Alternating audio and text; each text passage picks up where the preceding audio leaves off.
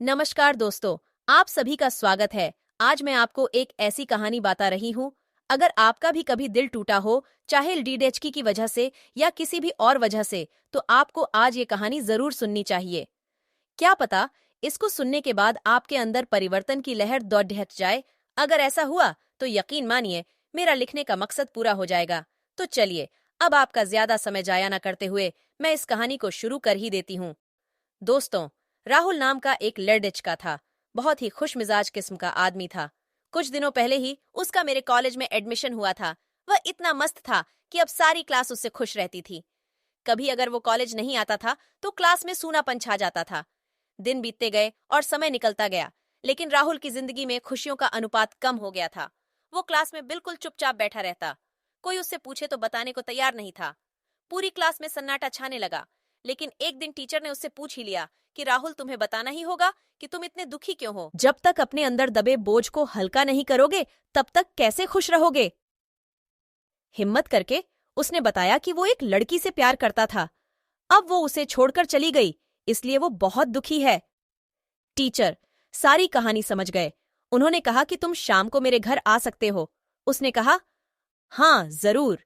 जब राहुल शाम को टीचर के घर गया तो उन्होंने उससे पूछा कि तुम क्या लेना पसंद करोगे, चाय या लेमन शरबत।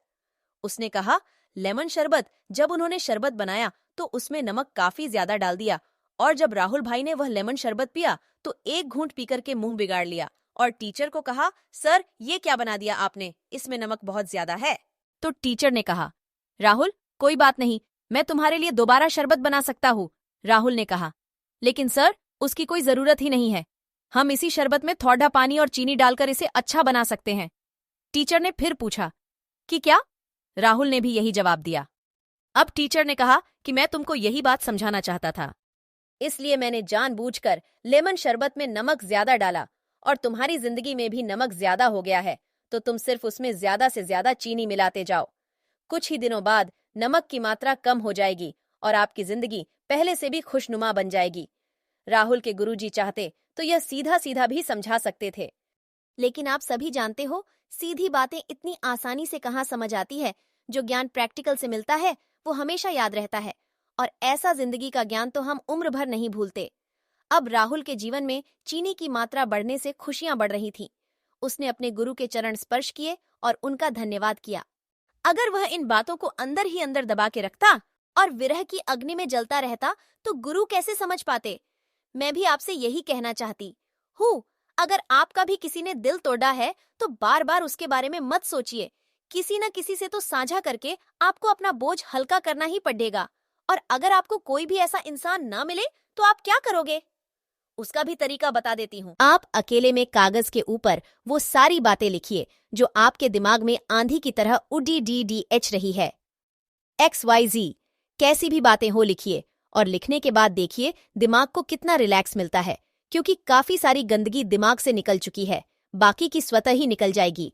अब आपको इस कागज का क्या करना है, इसको फाड़ दीजिए, आपका काम हो गया।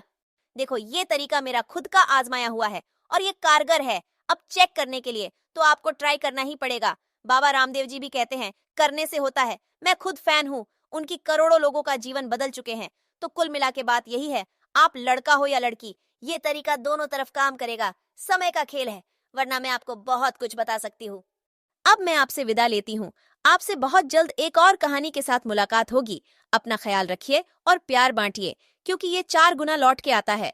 आपको ये कहानी कैसी लगी कमेंट में हमें जरूर बताएं, और जिसे इसकी जरूरत हो उनके साथ शेयर जरूर करें, और हमारे YouTube channel AV life education को सब्सक्राइब जरूर करें।